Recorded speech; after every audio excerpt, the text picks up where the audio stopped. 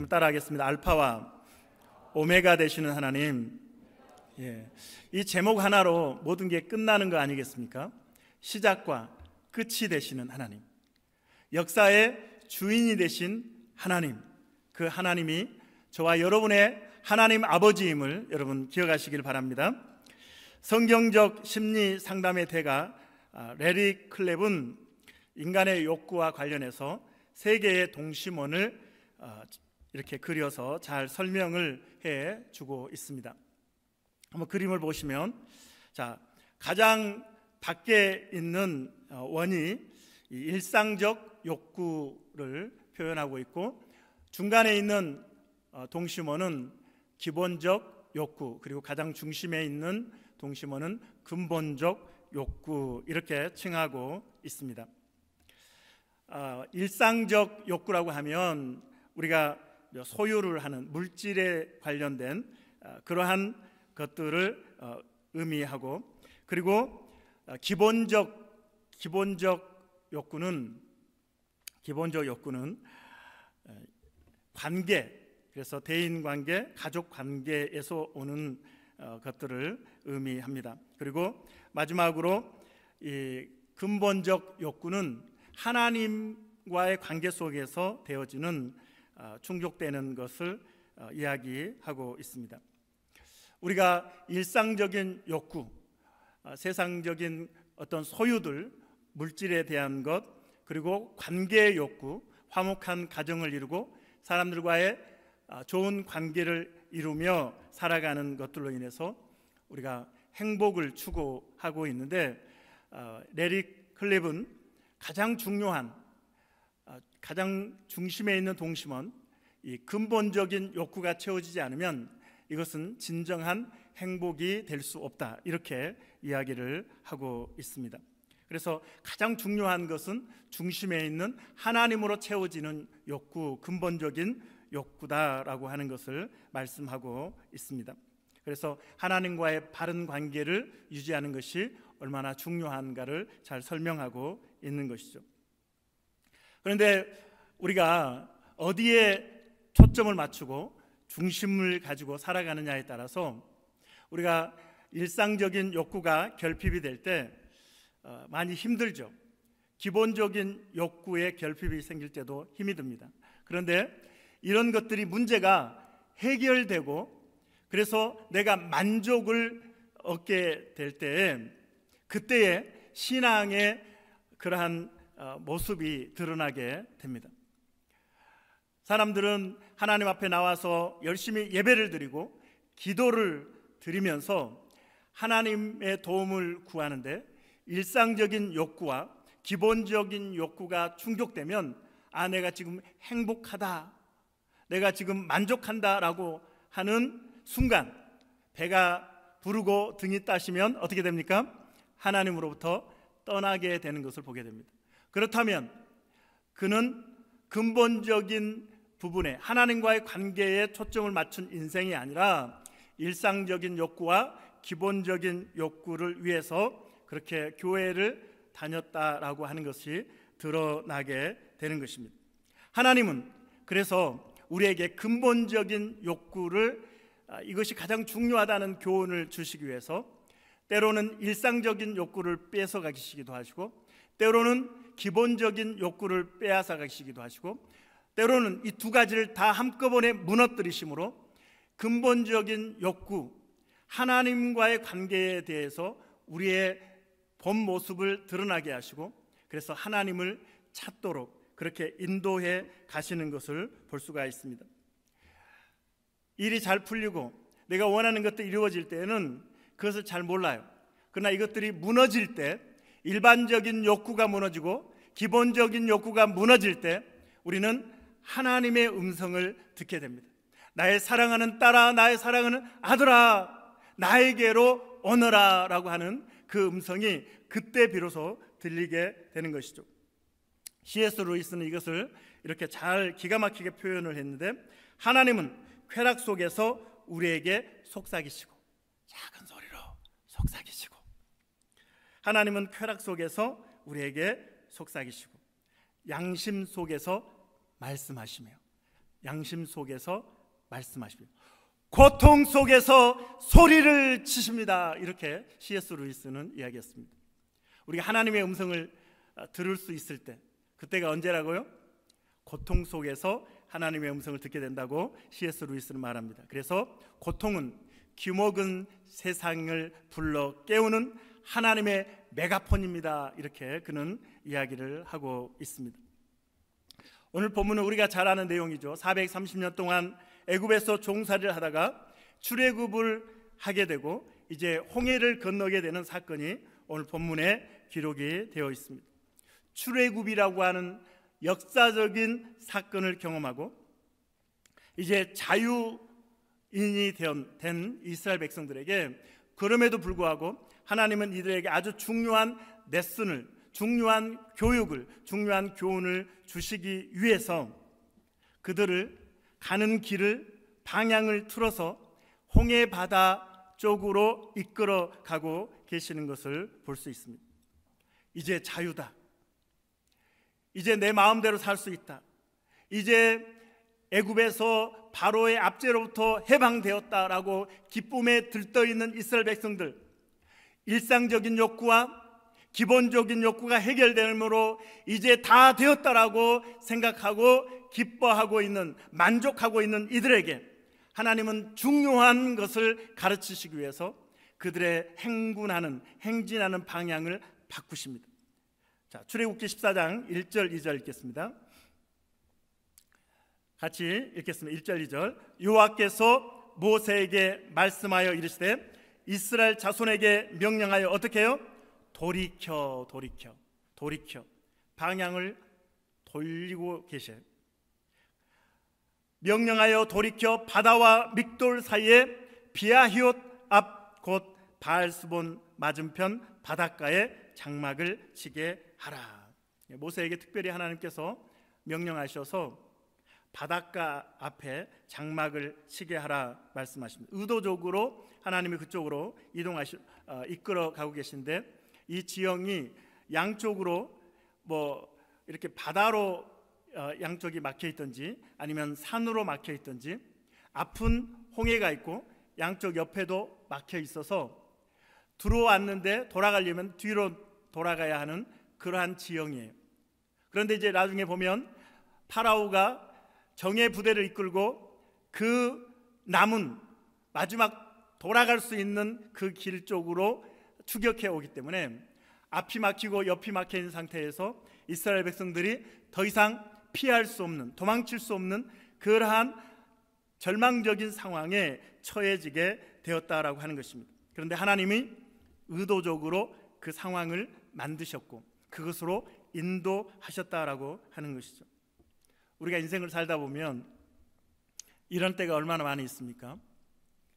앞이 막히고 옆이 막혀 있고 이제 뒤에서 몰아붙이는 이 대적들의 그러한 추격에 내 인생은 끝났는가? 이렇게 내 인생은 끝나는 것인가라고 생각하는 순간들이 얼마나 많이 있습니까? 이제 나는 낭떠러지에서 떨어져서 이제 죽었구나 하는 순간들이 있죠. 그런 상황들이 우리 그리스도인들에게도 있다는 것입니다. 그런데 오늘 성경을 통해서 하나님은 의도적으로 그 길을 우리를 이끌어가고 계시다는 거예요. 왜요? 우리에게 근본적인 욕구, 가장 중요한 하나님과의 관계 회복을 위해서 우리를 그렇게 몰아가신다라고 하는 것을 여러분 기억하시길 바랍니다. 사복음서, 마태복음, 마가복음, 누가복음, 요한복음에 다 기록된 오병이어의 기적이 있습니다. 보리떡 5개와 물고기 2마리로 어린아이와 여성들을 제외한 5,000명, 그래서 총 한 15,000명에서 2만 명을 먹이신 이 놀라운 기적을 통해서 사람들이 흥분하기 시작했어요. 이분이 우리의 왕이 되시면 우리가 먹고 마시는데, 살아가는데 문제가 생기지 않겠다. 그러니 백성들의 이 들뜬 마음, 그리고 예수님을 왕으로 추대하려는 이 분위기 속에서 예수님의 12 제자들이 얼마나 흥분되겠어요.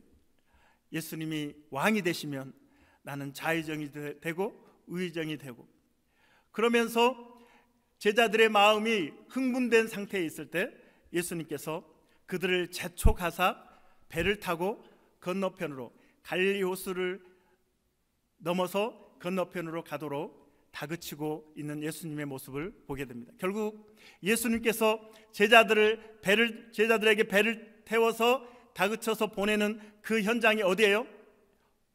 폭풍우가 몰아치는, 그렇죠, 비바람 또 폭풍우가 몰아쳐서 배가 침몰할 수 있는 그런 상황으로 예수님이 몰아가시는 것을 보게 됩니다. 제자들이 흥분해서 지금 눈에 보이는 이 상황, 현상을 보면서 야, 이제 우리 성공했다, 우리 출세했다, 이제 우리의 끝은, 우리의 미래는 장밋빛 길이다 라고 이렇게 흥분해 있는 제자들에게 너희들 빨리 폭풍우 속으로 들어가 몰아가시는 거죠. 왜요?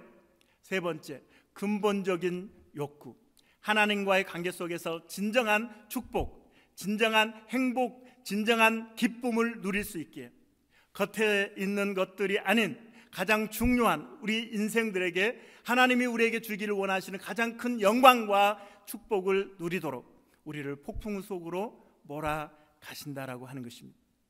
하나님께서는 이스라엘 백성들을 사방이 가로막힌 상황으로 몰아넣으셨고 제자들을 갈릴리 호수에 넣으셔서 폭풍 속에서 침몰할 위기에 처하게 하시는 하나님께서는 괴롭히시는 것이 취미가 있으셔서 그런 것이 아니라 그들에게 가장 중요한 것을 허락하시기 위해서, 가르치시기 위해서, 또 하나님을 보게 하기 위해서. 그래서 예수님께서는 물 위로 걸어가시잖아요. 누구십니까? 귀신인 줄 알고 두려워하는 제자들에게 내니 두려워 말라. 주님 말씀하시니 폭풍우가 잔잔해져서 예수님이 하나님의 아들이심을 다시 한번 깨닫게 되는 제자들의 모습을 볼 수가 있습니다. 지난주에 말씀드렸듯이 하나님이 세상을 왜 창조하셨는가? 왜 인간을 지으셨는가? 삼위일체 하나님께서는 창세 전부터 성부 하나님, 성자 하나님, 성령 하나님이 교통하시면서 충분히 그 세 분의 교통을 통해서 영광과 기쁨을 누리시기에 충분하셨습니다. 충만하신 성부, 성자, 성령, 이 너무나 행복하고 너무나 기쁘고 결핍이 없는 만족을 누리시면서 하나님께서 결정하신 것은 우리의 형상을 닮은 존재를 만들어서 그들도 우리가 느끼는 이 기쁨과 이 영광을 누리게 하자. 그래서 하나님의 형상을 닮은 인간을 창조하신 것입니다. 그래서 인간을 창조하실 때 알파가 되신 하나님은 우리에게 하나님이 누리시는 그 기쁨과 영광을 누리시도록 세상을 창조하시고 그 안에 우리를 살게 하셨다라고 하는 것입니다. 그런데 사탄이 인간을 유혹하고 죄를 범하게 하시고 하나님께서 우리에게 허락하시기를 원하시는 하나님과의 교제 안에서, 하나님과의 릴레이션십 안에서만 느낄 수 있는 그 영광과 기쁨을 누리지 못하고 일상적 욕구와 기본적 욕구, 하나님이 아닌 세상에서 그것을 추구하도록 변질시켜 버린 그 사탄의 유혹, 그래서 인간이 하나님이 아닌 다른 것으로 만족하려고 하는 그런 죄를 짓게 되는 것을 알 수가 있습니다. 오늘 홍해를 가르치는 우리 하나님의 그 놀라운 섭리를 통해서 오늘 두 가지를 교훈을 말씀하시는데, 첫 번째는 선하신 하나님을 바라보라 라고 말씀하십니다. 따라하겠습니다. 선하신 하나님을 바라보라. 예, 선하신 하나님을 바라보라. 알파가 되신 하나님, 세상을 창조하신 하나님, 우주와 만물을 창조하신 하나님의 첫 번째 중요한 메시지는 하나님과 근본적인 욕구, 인간에게 주신 그 욕구, 하나님과의 관계 속에서만 만족할 수 있는 그 영광과 기쁨, 그래서 하나님을 바라보라고 지금까지도 수천 년이 지난 지금, 그리고 세상이 마치는 그때까지도 하나님의 첫 번째 메시지는 하나님을 바라보라, 선하신 하나님을 바라보라. 하나님께서 이스라엘 백성들을 홍해의 바닷가로 이끄셔서 사방이 가로막힌 그 상황 속에서 하나님이 주신 메시지는 하나님을 바라보라입니다. 하나님을 바라보라. 우리 옆 사람에게 하나님을 바라봅시다. 한번 인사 나누겠습니다. 하나님을 바라봅시다. 하나님을 바라봅시다. 출애굽기 14장 13절 14절 같이 읽겠습니다. 13절 시작. 모세가 백성에게 이르되 너희는 두려워하지 말고 가만히 서서 여호와께서 오늘 너희를 위하여 행하시는 구원을 보라. 너희가 오늘 본 애굽 사람을 영원히 다시 보지 아니하리라. 여호와께서 너희를 위하여 싸우시리니 너희는 가만히 있을지니라. 이스라엘 백성들을 추격해오는 이 바로와 그 군대를 보고 두려워하고 있는 이스라엘 백성들에게 너희는 두려워하지 말고 가만히 서서 여호와께서 오늘 너희를 위하여 행하시는 구원을 보라. 13절에 가만히 서서, 가만히 서서, 굉장히 수동적인 그런 태도라고 우리가 생각할 수 있습니다. 가만히 서서. 그러나 원어적인 의미를 보면 자신을 나타내다, 전쟁에 용감히 나서다라고 하는 뜻입니다. 가만히 서서는 우리가 한국말로는 굉장히 수동적인 그런 모습이지만 원어적인 의미는 자신을 드러내라, 전쟁에 용감히 나서라라고 하는 뜻이라는 것입니다. 그러므로 이렇게 해석이 됩니다. 자기 스스로를 두려운 상태에 내버려 두지 말고 자신을 굳게 세워 하나님만 바라볼 수 있도록 하라. 오직 주만 바라보라, 선하신 하나님만 바라보라 라고 말씀하고 있는 것이죠. 성도들이 고난 중에 할 수 있는 가장 위대한 열정적이고 적극적이고 능동적인 태도는 하나님을 바라보는 것입니다. 할렐루야. 하나님을 바라보는 것, 그 믿음을 갖는 것, 이것이 세상 그 어떤 것보다도 가장 적극적이고 능동적인 열정적인 태도라고 하는 것을 여러분 기억하시길 바랍니다. 우리가 지금 큐티를 하고 있는데 누가복음을 큐티하고 있죠. 어제 본문에서 시므온 할아버지와 안나 할머니가 등장합니다. 평생을, 결혼한 지 안나 할머니는 7년 만에 남편을 잃고 84년 평생을 금식하며 기도하며 하나님의 약속을 붙잡고 메시아를 기다렸습니다. 두 분 할아버지 할머니는 하나님의 약속을 붙잡고 기다리는 삶을 평생을 살았습니다. 얼마나 무모한 모습으로, 얼마나 무지한 모습으로, 얼마나 사람들이 볼 때에 무식한 모습으로, 바보 같은 모습으로 비춰질 수 있는 이 두 분의 모습, 기다리기만 하는 것, 10년을 기다리고 20년을 기다리고 30년을 기다리고 40년을 기다리고 50년을 기다리고, 아니 당신은 평생 그렇게 기다리기만 하십니까? 왜 그렇게 바보같이 기다리기만 하십니까? 사람들은 그렇게 조롱할 수도 있었을 것입니다. 그런데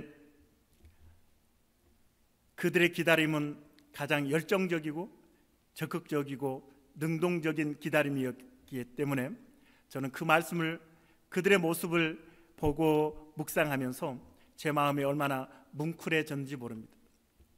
우리는 알잖아요. 기다리는 것이 얼마나 어려운 일인지. 그렇죠? 기다리는 것이 얼마나 어려운 일인지. 그래서 한 달을 기다리다 포기하고 1년을 기다리다 포기하고 돌아섰던 일들이 얼마나 많이 있습니까? 하나님 앞에 기다리라고 하나님 말씀하시지만 우리는 기다리다가 하나님을 원망하고 불평할 때가 얼마나 많이 있습니다. 그런데 이분들은 50년, 60년, 70년을 기다리면서도 하나님을 신뢰하고 선하신 하나님을 바라보고 있었다는 것이 저에게는 큰 울림이 되었습니다. 너무나 귀하다. 그리고 결국은 그들은 아기 예수를 품에 안게 되었습니다. 시편 16편 6절에 시인은 지금 나의 상황에, 자신의 상황에 펼쳐진 하나님이 허락하신 상황에 대해서 이렇게 노래하고 있습니다. 내게 지금 줄로 재어준 구역은 아름다운 곳에 있으며 나의 기업이 실로 아름답도다. 이 시인이 노래하고 있는 것은 무엇입니까? 하나님이 허락하신 그 상황은 나에게 최선이고 가장 선하신 하나님의 은혜라고 고백하고 있습니다. 선하신 하나님을 의심하지 않고 있는 것이죠. 우리 성도들에게 가장 큰 죄가 무엇일까요? 선하신 하나님을 믿지 않는 것이 죄의 본질입니다. 하나님을 최고로 모독하는 것이 무엇일까요? 선하신 하나님을 믿지 않는 것입니다. 한번 따라하겠습니다. 선하신 하나님을 의심하고 믿지 않는 것이 죄의 본질이며 핵심이며 하나님을 최고로 모독하는 적극적인 행위입니다. 그래서 우리는 우리의 삶을 점검해 보아야 합니다. 우리의 믿음, 우리의 신앙을 점검해 보아야 합니다. 나는 과연 나에게 언제나 최상의 것만을 공급해 주시는 선하신 하나님을 신뢰하고 있는가? 일반적 욕구, 기본적 욕구에 내 초점이, 내 마음이 거기에 빼앗기고 있는 것은 아닌가? 하나님은 오늘 아침에도, 여러분이 차를 운전하고 오는 순간에도, 여러분이 직장 생활하는 그 자리에서, 여러분이 학교를 다니는 그 자리에서, 여러분이 비즈니스 하시는 그 자리에서 하나님은 말씀하십니다. 나를 신뢰하고 나의 선함을 바라보라. 선하신 하나님을 바라보라고 늘 말씀하십니다. 바람을 통해서, 흩날리는 눈을 통해서, 떨어지는 낙엽을 통해서, 하나님은 사건 사고를 통해서 우리에게 늘 말씀하십니다. 나를 바라보거라, 나를 바라보거라, 나를 의지하거라, 나를 의지하거라. 그런데 우리는 순간순간 하나님을 바라보지 않죠. 내가 지금 없는 것, 내 결핍, 일상적 욕구의 결핍, 기본적 욕구에 대한 결핍만 바라보면서 하나님, 이럴 수가 있습니까? 하나님 원망하며 불평했던 우리의 모습을 우리는 발견하게 되는 것이죠. 요셉을 한번 생각해 봅시다. 형제들이, 이복 형들이 자신을 죽이려고 살해 유업을 가하고, 그리고 애굽의 노예로 팔게 되었고 노예로 삶을 살아가게 됩니다. 아버지의 사랑을 독차지하면서 손에 물 한 방울 묻히지 않았던 요셉이 노예로서 살아가는 그의 인생, 그리고 억울하게 성추행범으로 누명을 쓰고 감옥에 갇히는 요셉. 그런데 성경은 그 상황 속에서 요셉이 형통한 자라고 기록을 하고 있다는 것입니다. 요셉이 그 모든 상황 속에서 하나님은 선하시다라고 하는 믿음의 고백을 가지고 나는 이 상황을 받아들일 수 없어 뛰쳐나가지 않고 그 자리에서 맡겨진 일들을 충성되이 감당할 때, 하나님의 선하심을 기대할 때 그는 형통한 자라고 성경은 기록을 하고 있습니다. 39장에 보면 이는 여호와께서 요셉과 함께 하심으라 여호와께서 그를 범사에 형통하게 하셨더라.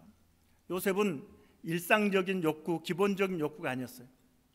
근본적인 욕구에 가장 초점을 맞추고, 내가 종살이를 하든지 내가 억울하게 감옥에 있든지 하나님과의 이 릴레이션십과 펠로우십, 이것만 내가 붙잡고 있으면 된다라고 하는 그러한 믿음을 갖고 있었던 것이죠. 그래서 근본적인 욕구를 가지고 그는 승리했기에 30세, 나이 젊은 나이에 고대 근동의 최강대국이라고 하는 이집트의 총리가 되었습니다. 하나님의 선하심을 믿지 않았다면, 그리고 그 자리를 뛰쳐나갔다면 그는 그런 결과를 얻을 수 없었을 것입니다. 하나님은 당신의 백성들을 인도하십니다. 여러분을 인도하십니다. 선하신 길로 인도하십니다. 선하신 하나님은 여러분에게 가장 좋은 것을 주시기 위해서 인도하십니다. 여러분이 원하는 대로 주시지 않고, 여러분이 원하는 그 길을 인도해 가지 않아서 너무나 힘들고 하나님 이럴 수가 있습니까? 라고 하지만 하나님은 선하셔서 여러분에게 가장 좋은 것을 주시기 위해서 여러분을 인도하셔서 홍해 앞으로 이끄시기도 하고, 풍랑 속으로 집어넣으시기도 하고, 애굽의 노예로 팔기도 하시고, 억울하게 감옥에도 들어가게 하시는 하나님이심을 여러분 기억하시기를 바랍니다. 그러나 하나님은 이 이스라엘 백성들을 홍해를 가르셔서 마른 땅을 건너게 하셨습니다. 우리 출애굽기 14장 21절 22절 읽겠습니다. 21절 시작. 모세가 바다 위로 손을 내밀매 여호와께서 큰 동풍이 밤새도록 바닷물을 물러가게 하시니 물이 갈라져 바다가 마른 땅이 된지라. 이스라엘 자손이 바다 가운데를 육지로 걸어가고 물은 그들의 좌우에 무엇이 됐다? 벽이 되었다. 여러분, 이런 일을 이스라엘 백성들이 상상할 수 있었겠습니까? 저도 이제 197, 8 영주권에 대한 이야기를 드리자면 낭떠러지에서 떨어질 것 같은 그런 상황들 속에서 저는 제가 전혀 기대할 수 없었던 그러한, 저는 낭떠러지에서 떨어지면서 이제 죽었구나. 그런데 하나님은 나를 품에 안아서 홍해를 건너게 하셨습니다.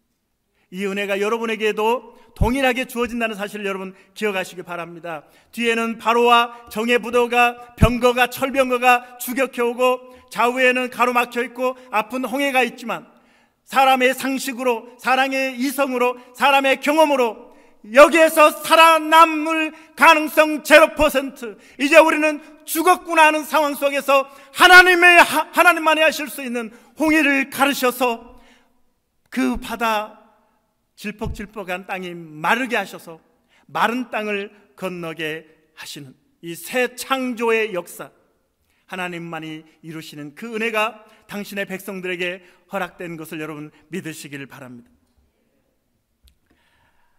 우리가 기대할 수 없는, 상상할 수 없는 상황 속에서 앞이 가로막혀 있어서, 옆이 가로막혀 있어서, 뒤도 가로막혀 있어서 나는 내 인생은 이렇게 끝나는 것인가 라고 그렇게 절망 속에 있을 수 있지만, 그러나 하나님은 선하신 하나님, 위로 열려있는 하나님을 향해 열려있는 창문을 바라보고 하나님을 기대하거라, 선하신 하나님을 바라보거라. 하나님은 우리에게 지금도 너의 눈을 들어 나를 보라고 말씀하고 있습니다. 할렐루야. 혹시 여러분들 기본적인 욕구에 결핍이 있으십니까? 일상적 욕구에 결핍이 있으십니까? 내 인생은 왜 이렇게 어려운가? 내가 그래도 교회를 다니고 내가 나름 교회에서 봉사도 열심히 하고 신앙생활도 잘하고 있다고 하는데, 자부하는데, 그런데 왜 나에게 이런 결핍들이 있는가라고 할 때 하나님의 놀라운 섭리를 여러분 기억하시기 바랍니다. 여러분을 사랑하셔서 근본적인 욕구, 하나님께 더 가까이 이끌어 가시는 하나님의 손길이 있음을 여러분 기억하시길 바랍니다. 만약에 여러분들이 일상적인 욕구에 부족함이 없고 기본적인 욕구에 부족함이 없어서 나는 형통합니다, 나는 지금 만족합니다라고 한다면, 그런데 근본적인 욕구, 하나님과의 릴레이션십과 펠로우십에 문제가 있다면 그것은 위장된 행복입니다. 위장된 거짓 기쁨임을 여러분 기억하시길 바랍니다. 고목나무가 넘어지듯 어느 순간 우리는 퍽 하고 넘어지게 되는 것이죠. 선하신 하나님을 오늘도 내일도 숨 쉬는 순간마다 바라보기를 몸부림치는 우리 성도들이 되어지기를 주님의 이름으로 축원합니다. 자, 두 번째로 오늘 홍해 사건을 통해서 주시는 메시지는 공의의 하나님을 기억하라입니다. 따라하겠습니다. 공의의 하나님을 기억하라. 하나님께서는 이스라엘 백성들의 방향을, 가시는 행진하는 방향을 바꾸셔서 홍해 앞으로 이끄셨습니다. 그 이유는 이스라엘 백성들을 구원하시기 위해 하신 첫 번째 선하신 목적이 있고, 두 번째는 바로와 그 군대를 심판하시기 위한 하나님의 섭리가 있다는 것입니다. 그래서 이스라엘 백성들이 지금 도간에 든 쥐와 같은 그 지형 속에 앞에는 바다가 있고 좌우는 가로막혀서 도망칠 수 없는 그 도간에 든 쥐라고 하는 생각이 바로의 머리에 딱 떠오를 때, 야, 미련한 녀석들, 도망칠 길도 남기지 않고 그 지형, 그것이 어딘 줄 알고 그곳으로 들어가. 이제 너희들 죽었어. 군대 총동원령을 내리고 철병거를 모두 출동시켜서 이스라엘을 공격하게 되었습니다. 출애굽기 14장 3절 4절 같이 읽겠습니다. 3절 시작. 바로가 이스라엘 자손에 대하여 말하기를 그들이 그 땅에서 멀리 떠나 광야에 어떻게 해요? 갇힌 바 되었다 하리라. 하나님이 거짓 정보를 흘리신 거죠. 4절. 내가 바로의 마음을 완악하게 한즉 바로가 그들의 뒤를 따르리니 내가 그와 그의 온 군대로 말미암아 영광을 얻어 애굽 사람들이 나를 여호와인 줄 알게 하리라 하시매 무리가 그대로 행하니라.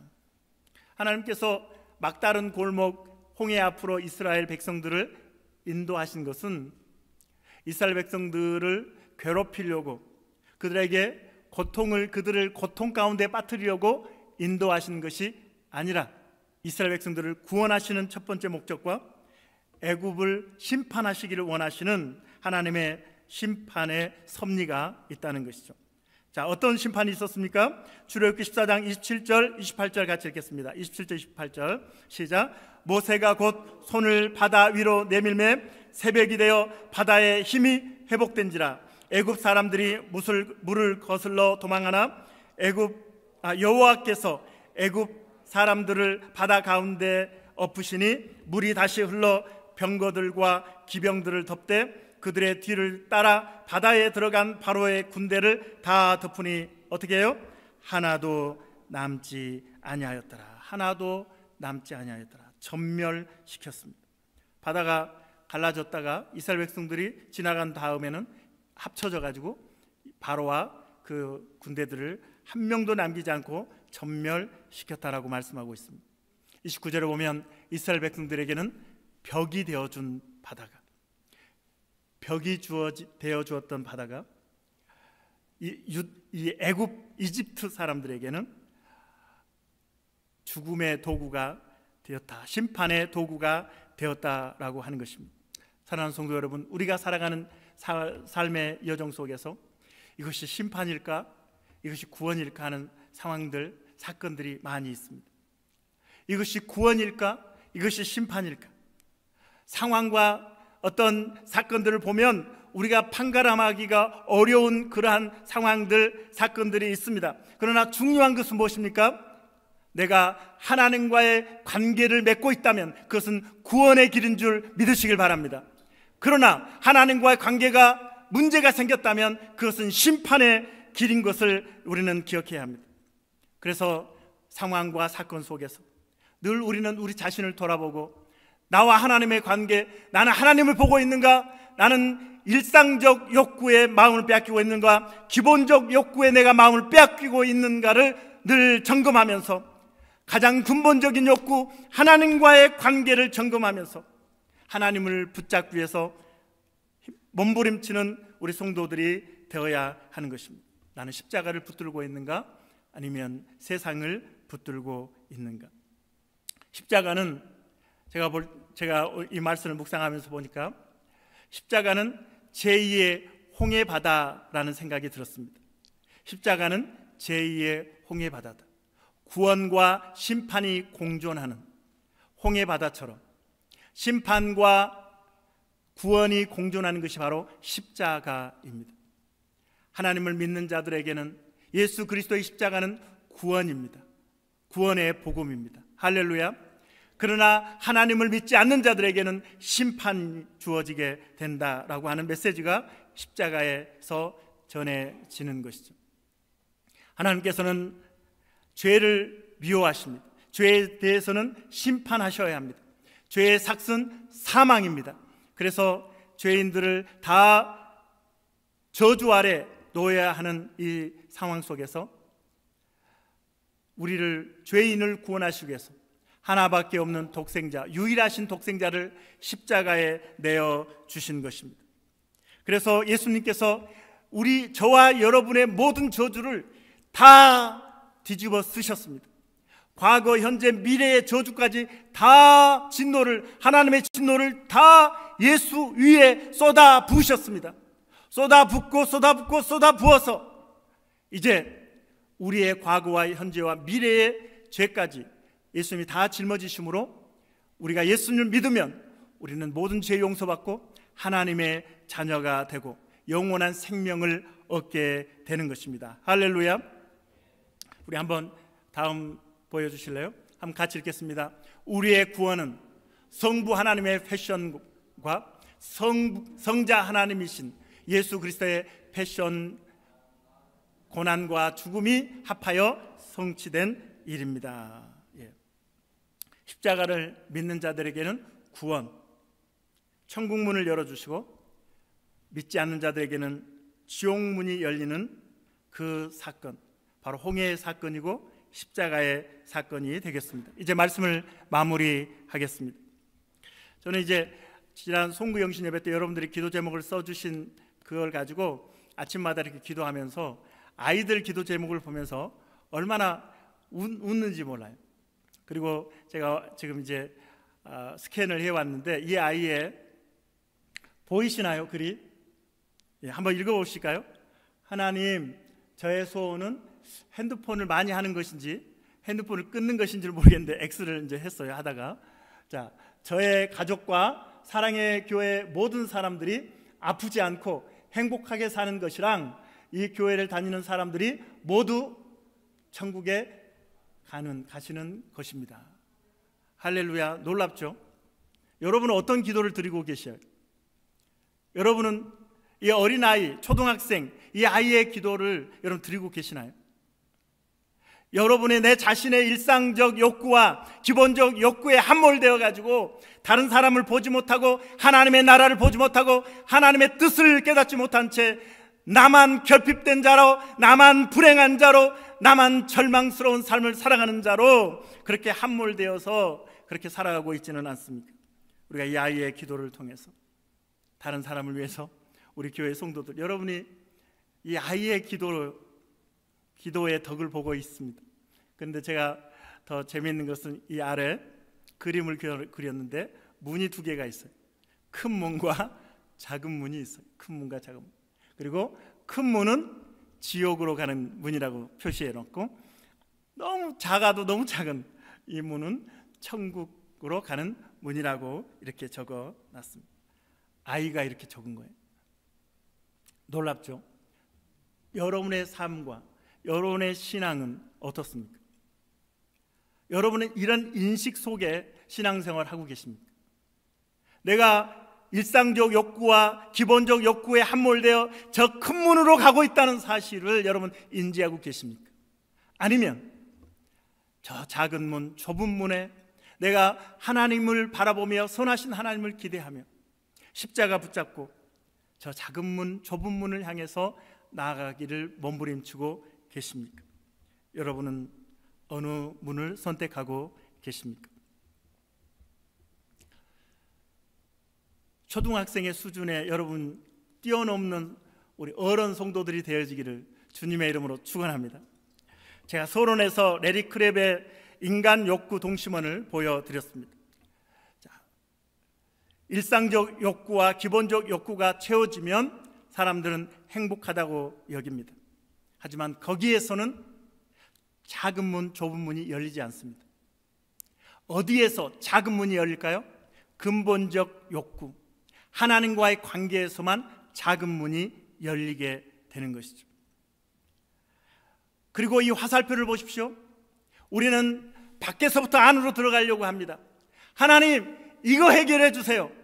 일상적인 욕구, 기본적인 욕구, 그래야 내가 하나님께 더 가까이 나갈 수 있고 하나님 나라를 위해 일할 수 있고 내가 교회를 위해서 봉사할 수 있습니다. 지금은 아닙니다. 일상적인 욕구에 결핍이 있습니다. 기본적인 욕구에 결핍이 있습니다. 그러니 제가 더 이상 나아갈 수 없습니다 라고 우리는 생각하고 있지는 않습니까? 그러나 요한 3서에서 내 영혼이 잘된 것 같이 내가 범사에 잘되고 강건하기를 원한다. 근본적인 욕구가 가장 중요하고 가장 우선되어야 한다는 것을 말씀하고 있습니다. 안에서부터 밖으로 하나님과의 관계가 회복될 때 기본적인 욕구에 만족이 있고 일상적인 욕구에 만족이 있는 것입니다. 아마 여기 계신 우리 성도님들보다 제가 경제적으로는 가장 가난할 거라고 생각이 돼요. 이건 제가 사실이라고 생각합니다. 그러나 여러분, 제가 불행해 보이시나요? 행복해 보이지 않으세요? 제가 요즘 신방을 제외하면 제가 저녁에 매일 교회 와서 기도합니다. 교회를 향해 나오는 그 길이 얼마나 가슴 설레고 행복한지, 하나님을 만나는 그 길, 하나님과 교제하는 그 시간, 여러분을 위해 기도하는 그 시간이 얼마나 흥분되는지 모릅니다. 그래서 하나님과의 교제를 통해서 제가 부족하고 또 이 기본적인 욕구의 결핍, 일상적인 욕구의 결핍이 있지만 저는 좀 행복합니다. 좀 행복합니다. 사랑하는 성도 여러분, 가장 중요한 것이 근본적인 욕구, 하나님과의 관계에서 충족되는 바로 이 비밀을 여러분 기억하시길 바랍니다.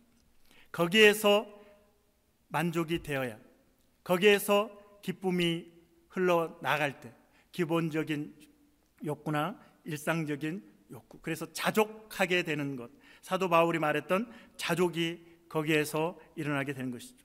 여러분, 세상에 누가 만족하며 살아가는 사람 보셨습니까? 예수를 믿지 않는 사람들 중에 모든 것들을 이루었다고 생각하고 저보다 너무나 많은 것들을 가졌다고 하는 사람들이 불행하다고, 나는 가진 것이 없다고 그렇게 하소연하는 것을 여러분 듣지 않으셨습니까? 하나님은 알파와 오메가이십니다. 처음과 나중이십니다. 우리를 처음부터 마지막까지 선하신 길로 이끌어 가십니다. 하나님을 신뢰하십시오. 하나님을 기대하십시오. 하나님을 믿으십시오. 하나님을 붙잡으십시오. 홍해 앞이라 할지라도, 애굽의 노예로 파는 또 갈릴리 호수의 폭풍 속이라 할지라도 하나님이 나와 함께 하시라면 그곳이 가장 복 있는 자리임을 여러분 기억하시길 바랍니다. 그래서 하나님을 떠나지 않겠습니다. 그리고 하나님 앞으로 달려가겠습니다. 하나님 앞에 머물겠습니다. 하나님을 바라보겠습니다. 하나님을 기대하겠습니다. 그것이 나의 인생의 가장 큰 축복이며 가장 큰 영광이요 가장 큰 기쁨이기 때문입니다. 하나님을 붙잡는, 하나님을 바라보는 우리 모든 성도들이 되어지기를 주님의 이름으로 축원합니다. 이 시간에 우리 시선 찬양 드리겠습니다. 이제 내게로부터 눈을 들어 주를 보기 시작할 때 주의 일을 보겠네. 내 작은 마음 돌이키사 하늘의 꿈을 꾸게 하네. 주님을 볼 때, 그때 우리의 인생은 진정한 영광과 기쁨과 행복의 길로 들어가게 될 것입니다. 우리 가사를 생각하면서, 말씀을 생각하면서 우리 찬양합니다. 내게로부터 눈을 들어